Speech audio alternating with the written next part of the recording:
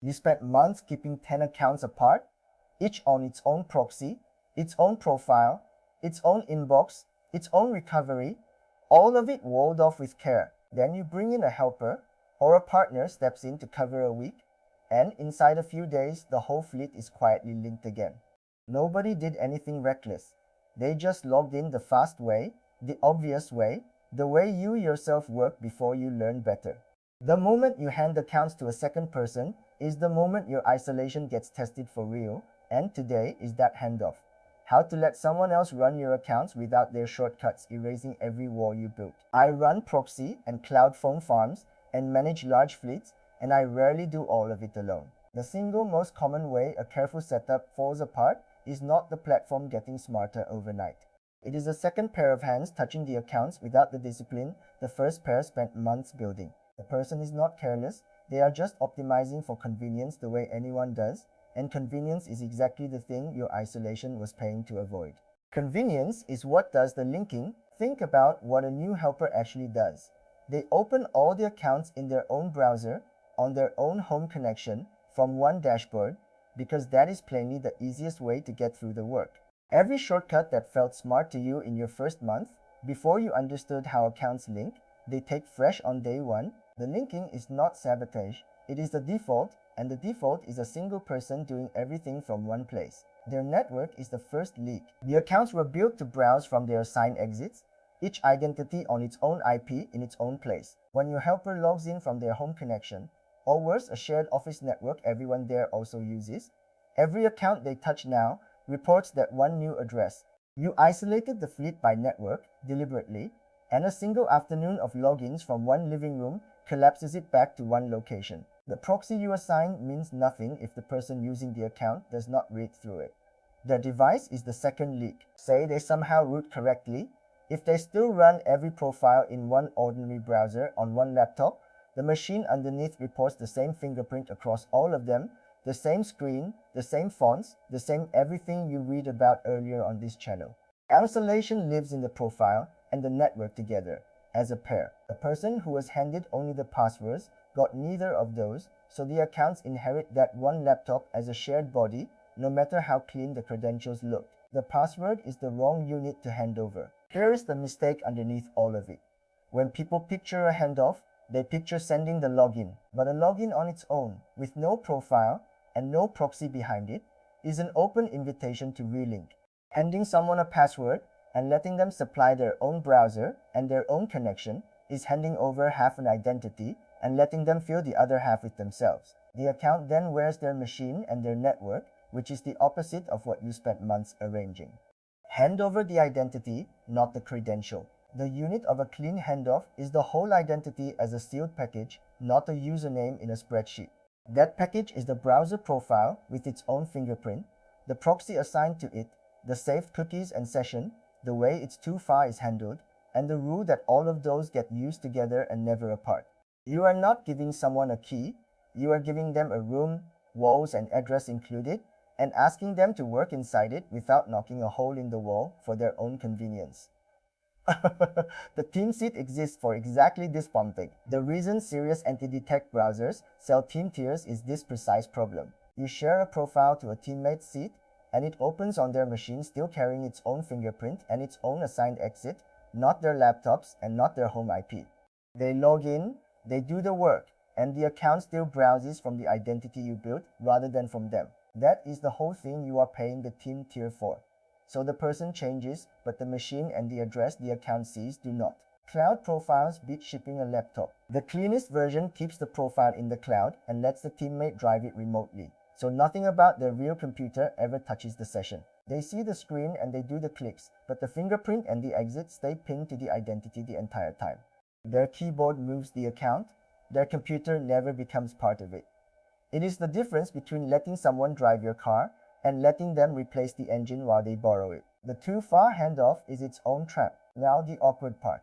The account has too far, so how does the helper get in without you relaying a code every hour and without pointing 5 accounts at one phone? The wrong fix is fast and tempting. Drop every account's recovery onto their personal number so they can always get in. That single number now sits under the whole fleet as a shared recovery, the exact permanent link you work to avoid, built at the layer nobody thinks to check. Use a shared authenticator seed or a number that lives with the identity, never the helper's own phone as the anchor. Never let recovery drift onto the new person. This deserves its own warning because it is the quiet disaster of every rushed handoff. In a hurry, the helper adds their own email or their own phone as a recovery detail just so they can reset a login if it locks them out. It feels harmless and helpful, but now every account they touch shares that one personal recovery, and you have assembled the account graph you spent months preventing, one level down where the visible logins still look separate. Recovery stays with the identity, full stop, and the new person is never the backup for anything. Grant access, do not surrender the secret. Instead of handing over the raw password, give access through the tool that holds it, a shared profile, or a password manager seat, so you can grant and revoke without the actual secret ever landing in their notes app or their chat history. When they finish or when they leave, you pull the seat. You do not go hunting for a password they wrote down somewhere you will never find. Access you can withdraw is safer than a secret you can only hope was forgotten. An account that browsed calmly from one place every day for months, then suddenly gets driven hard by a new person's rhythm and pace, is a behavior change stacked on top of everything else. Bring someone onto an identity gradually, matching the tempo the account already kept. The same warm-up logic that applies to a fresh account applies to a fresh hand on an old one. A new operator who slams into a mature account at full speed makes it look like it changed owners, because it did. The ledger travels with the account. Earlier on this channel, I kept coming back to keeping records. A handoff is where that ledger earns every minute it cost you. The new person needs to know which proxy, which profile, which email, and which recovery belong to which identity. Or they will guess, and a guess is just a shared shortcut wearing a confident face.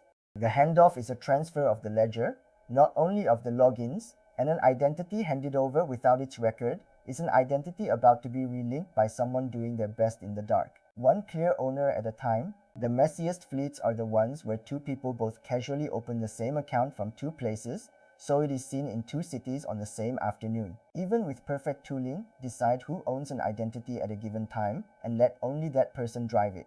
Concurrent access from two humans is two locations, and two locations under one account on one day is a contradiction. The same kind of internal disagreement a platform is built to notice. Hand the wheel over cleanly. Do not both hold it. Test the handoff before you depend on it. Before you actually rely on anyone, do a dry run on an identity you could afford to lose. Have them log in their normal way and watch what the account reports afterward. The IP, the time zones, the fingerprint, the whole story. If any of it shifts toward them, you have found the leak on a throwaway account instead of on one that mattered. A handoff is a setup you test like any other, not a thing you trust simply because you trust the person. Because the risk was never their honesty, it was their shortcuts. The offboarding is half the job. People plan the bringing on and forget the letting go entirely. When a helper moves on, the accounts they touched still carry whatever they left behind, a live session cached on their machine, a recovery detail they quietly added, a password sitting in their message history.